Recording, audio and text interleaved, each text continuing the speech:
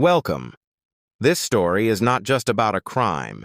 It is about a family torn apart by violence, a child scarred forever, and a city left to question the very people sworn to protect them.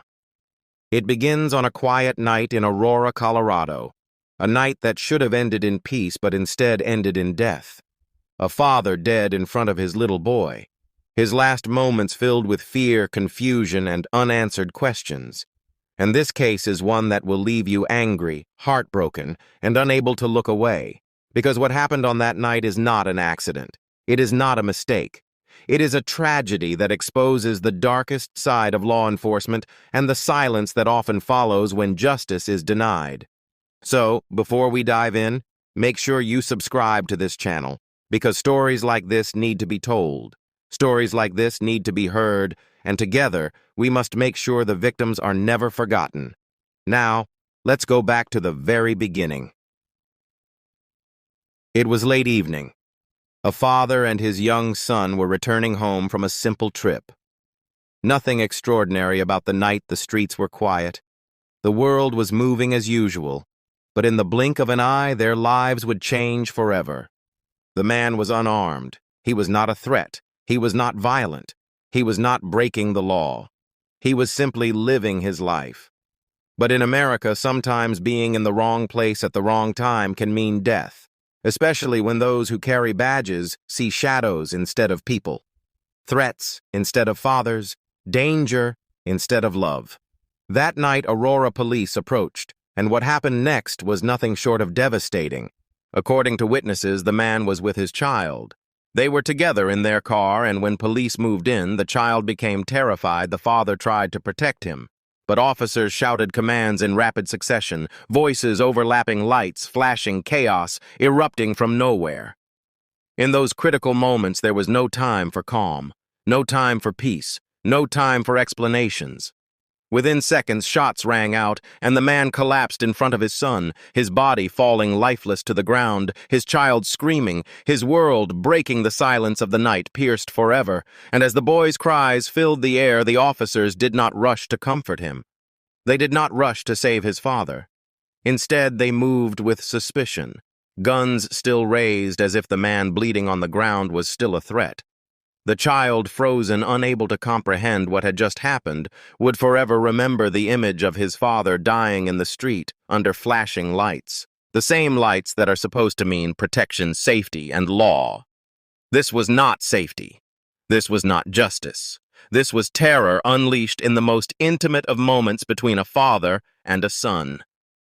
News spread quickly. The community of Aurora, already scarred by past tragedies, knew immediately that this case was different. This was not just about another name added to the list of lives taken. This was about a child forced to watch the life drain from his parent. This was about a city forced once again to confront its relationship with those in uniform. The headlines painted the story in cold, detached language: officer involved, shooting man, dead child present. But behind those words was an ocean of pain, a family shattered forever, a community betrayed again. The victim's family could hardly believe it. Their phone rang in the middle of the night, a relative crying out, telling them what had happened. And at first they thought it must be a mistake. There had to be an explanation. Maybe he had done something. Maybe there was a reason. But when the details came out, there was no reason. He was unarmed. He posed no threat. He was a father, just trying to live his life, now gone forever. The days that followed were filled with grief. Vigils held at the spot where he fell. Candles lit, prayers, whispered signs demanding justice raised high in the air. The boy clung to relatives, unable to fully understand why his father would never come home again. His eyes hollow, his future changed by trauma he never asked for, while the city mourned. Aurora Police issued a statement. They claimed the officers feared for their lives. They claimed there was movement. They claimed there was justification, but the public was not convinced because the evidence did not match the words, and the truth could not be buried under excuses. What makes this case so haunting is not just the shooting itself, but the aftermath, the way the system seemed to bend backwards to shield the officers, the way questions were deflected, The way answers were delayed, the way the boys' trauma was treated as collateral damage, the community wanted accountability. But accountability is rare when badges are involved, and so the battle for justice began. Please hit the subscribe button. That's the highest support we need now. Right? I don't want, it's already been a bad night. It doesn't need to be a worse night. So that's my goal right now. So I'm just coming to ask you guys, when the officers come up and get the tape, they're going to start down there and kind of take it down this way and clear it. I just don't want to have a crowd coming up on them. So here's the deal. I want you to make sure that they are all very aware of themselves and the power that they have with the weapons that they have, and make sure that they stay on that side. People are obviously upset on this side of the line. Just sending a couple of guys up to come grab the tape. That's the goal. Have them move back. Just don't want. Here's a suggestion. You move them back. We'll step back onto this sidewalk, and let's create a distance between us that allows us to interact peacefully. Don't let them get out of control. Don't make this any worse. I understand what's happening on this side of the fence, and it is justified, right? We're tired. Okay. I want them to back up. They're all the way on this side of the street, literally. We can't get closer to them. When this line comes down, I want them to back up. That's what I'm asking. Okay. We'll move back. Get them to move back. Okay. Let's not make this more than what it already is. I'm just trying. Some type of understanding, Lord. Yes. We need justice, Lord. Yes. That's all we need. That's all we need, man. Justice. We need these I love you. that's out here. Hey, We need all of them, Lord. all of them. I love you. Stand on what they stand for. I praise you. They wrong. Make them accountable for their wrong actions, like you make us accountable for our wrong actions. We all are told to your will and what we have to do to attain our actions when they're not right. Right now, Let's make it happen for there's too many of them. 27. That's just the two lines here. That's just the lines. That's not counting all of this. Oh, they all vote. Yeah, they're behind this way. What's coming up from over there? Oh, they block the street off right here. They're completely surrounded the area. The highway is cut off. You can't get on or off it at all. 225. Yeah, it's cut off.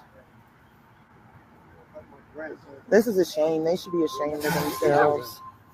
This is a shame. Yeah, it's crazy.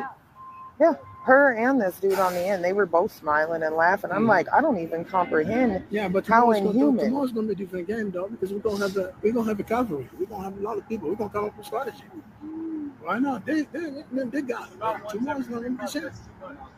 Yeah, we'll see. Part of this whole thing is that it happened right in front of his son, because his son was also here watching what was happening, and he was screaming, "Dad, Dad, Dad," and then he told the officer, "You just shot my dad." This morning, we're learning more about a confrontation after a traffic stop that led to an Aurora police officer shooting and killing a man. This is a live look at where all of this happened last night near I-225 and 6th Avenue. It is a completely different looking scene than what we saw yesterday. According to Aurora Police Chief Todd Chamberlain, the officer tried to make a routine traffic stop that was around 7:30, but the driver continued driving, hitting at least 2 other cars. The suspect then got out of his car and walked toward the officer, according to police.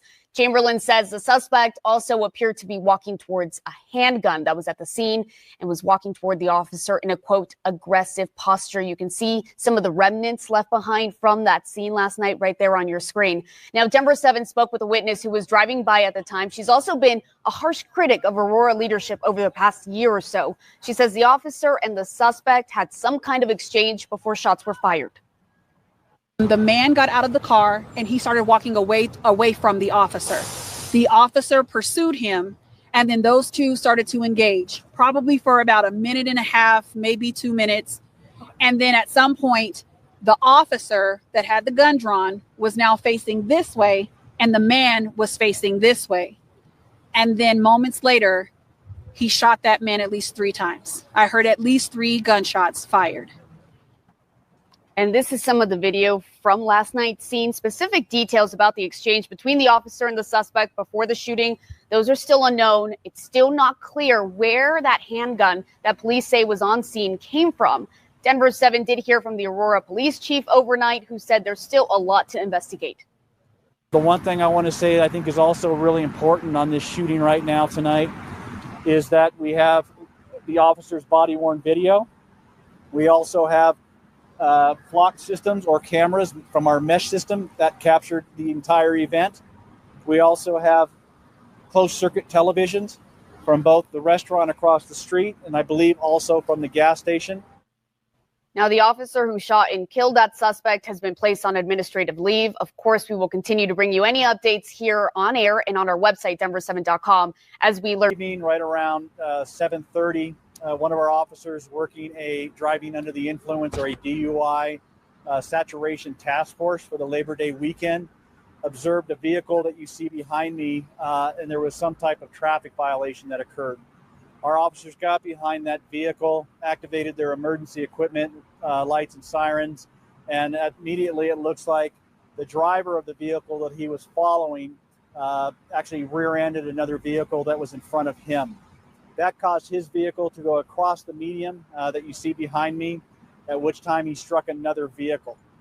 Our officer, based on the actions of the suspect, based upon what he had just observed, got out of his vehicle and ordered the individual inside the car, the suspect, to show his hands, open the door, and step out of the vehicle. At some point, after much conversation, trying to persuade him to do what the officer directed, the suspect stepped out of the car and started to move towards the sidewalk area. This is still very unclear at this point, and again, there's going to be an incredibly thorough investigation that unfolds throughout this event. But what we do know right now, at some point it appears that a gun was seen by the officer on the ground and the suspect appeared to be walking towards that weapon. The officer attempted to de-escalate the situation by grabbing the suspect, pulling him back away from the gun. The suspect turned towards the officer at that time, it appears, and started walking towards the officer in a really aggressive posture. While he was walking towards our officer, he began to shout at other people in and around that area that were near the location. And this is verbatim. He began to say, get over and over. Again, this is all speculation, but it seems that he was referring to having somebody retrieve that handgun or that weapon that is still presently on scene. Our officers continued to back away. It was one single officer on scene. He was by himself here at this time. He backed away. He actually stepped out onto the street. At some point, as the suspect was talking to the other individuals on scene, making this request, our officer actually made a physical contact move, trying again to de-escalate the situation. The suspect immediately turned towards our officer, raised his hands, and aggressively approached him and began to verbalize with him about, are you ready for this? Are you ready for this? And some other type of verbiage that was made. Our officer stepped back. He continued to walk away. He continued to verbalize with the suspect. He got moved out to the center of the street, at which time our officer fired, it appears to be 1 to 3 rounds. It is still unknown at this time. The suspect dropped to the street. Our additional units arrived on scene. At this point, fire came and the individual was pronounced dead. What we have now is a crime scene that we are processing. We have the CERT team from the 18th Judicial District. Again, this team is not affiliated with it's not affiliated with the Aurora Police Department. They are their own entity, and they will be conducting this investigation from start to finish. We are going to do everything, both internal and external, to make sure that this investigation, again, I know this word gets thrown around quite a bit, but that it's transparent, it is 100% valid, and it is factual. That is our goal of what we will do with this investigation. That is our goal of what we will do with the partnership with the District Attorney's Office and the investigators from throughout this